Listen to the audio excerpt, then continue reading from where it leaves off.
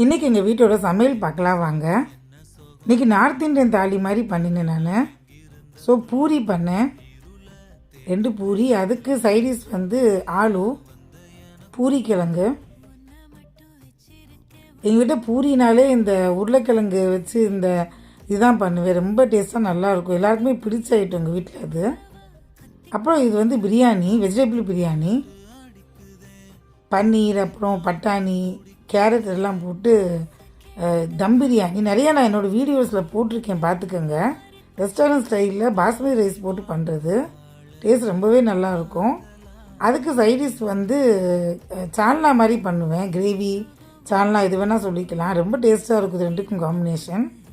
இப்போ இது cucumber raita, cucumber போட்டு ரைத்தா. ஸோ இந்த காம்பினேஷனே ரொம்ப நல்லா இருந்தது, டேஸ்ட்டாக அன்றைக்கி சாப்பாடு.